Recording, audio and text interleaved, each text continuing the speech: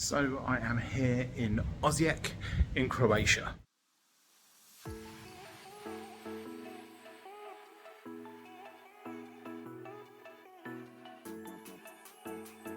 Osijek in Croatia. A little bit drearier than it has been after 3 months of solid sun. It decided when I turned up, the sun would go away. But this is Croatia's 4th largest city, and it's definitely worth a visit. And here is Hostel OS, or Hostel Osijek. Beautiful entrance and an amazing hostel to come and stay in.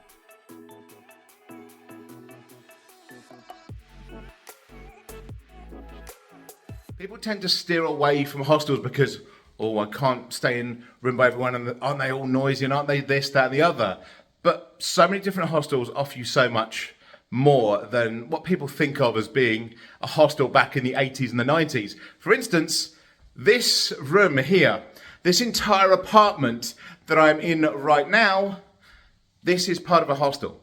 This is a massively reduced rate because it's through a hostel. The main hostel building is over to my left, and then they have separate rooms, like pretty much every hostel has.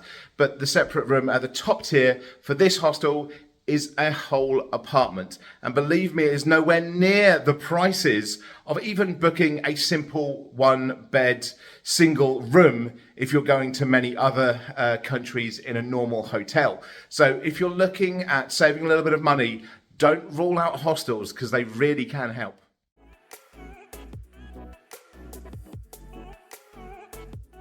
One of the beautiful landmarks in Osijek is this small parish church and co-cathedral of SS Peter and Paul.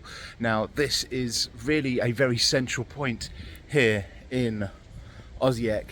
If you come down to the main kind of downtown of the city, you will find this where a lot of people will wander in and out during the day. Now, of course, like a lot of churches, it is under some small construction, mainly down to its age. It was built in 1898, so of course some of the work does need some tender loving care, so you may come across that, but once you're inside you know nothing about that and you'll just know some peace and calm.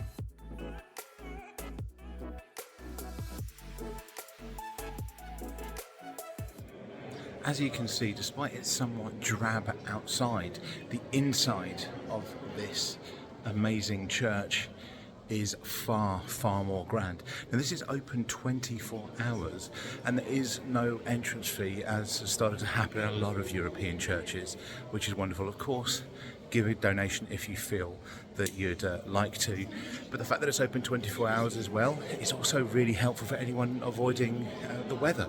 If you have adverse weather, if there's some reason that you just need somewhere to find solace, this is an amazing place to come, and it truly does feel like you're in one of the grand old churches. It's an amazing central point here in Osijek.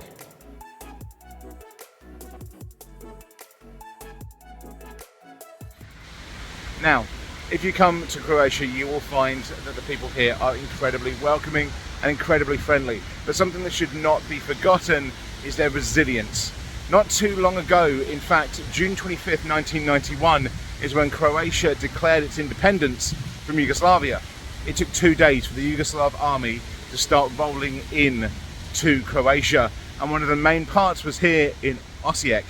Now, somebody called Branko Brezkic, in a car not too dissimilar to the one behind me, decided that he was going to make a stand, and he parked it in the middle of the road to try and stop the oncoming march of those tanks.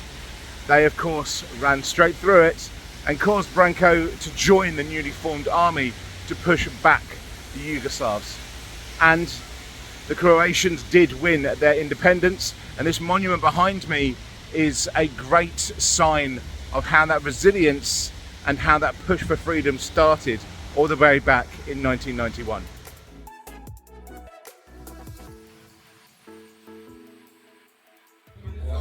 So if you're here in Osijek, you have to come to the best craft beer pub in town, which is the Pevnica Runda. Now, I almost definitely said that, but I will put a thing just above me here, hopefully if I remember, which spells it out, where you get the local craft beer, which is fantastic. Actually, when I came in and asked, he just went, there's only one beer I want you to ask for if you're in this city.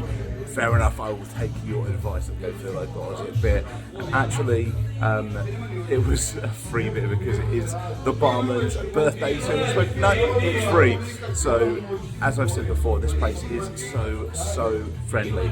But again, even in somewhere like this, that is a pretty big draw actually as a bar around here, it is cash only, so do remember that.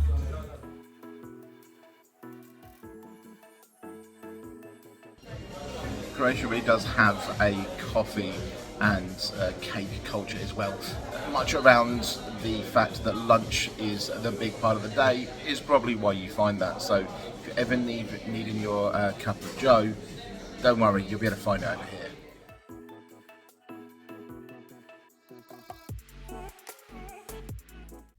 Just down by the Drava River in Osijek.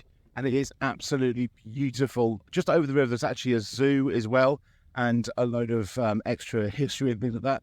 There's history basically every direction you go in Osijek. Osijek is an incredible, historic, and beautiful city. If you get out of the main town, you start to see a lot more. So if you start to go into one direction, you'll find the museums, another direction, the memorials, another direction, this beautiful river.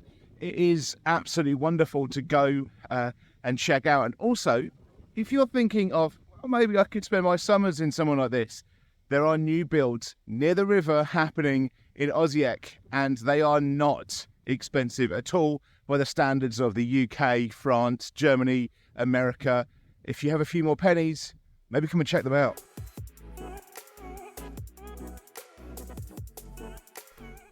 If you have the right weather, something that you should never miss out on in Osijek is the Papuk Nature Park.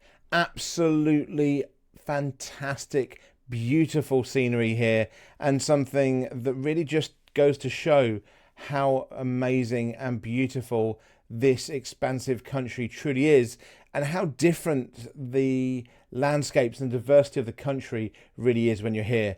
So if you're coming to Croatia, this is something you should pretty much sign off with and really take in the beauty of this amazing country.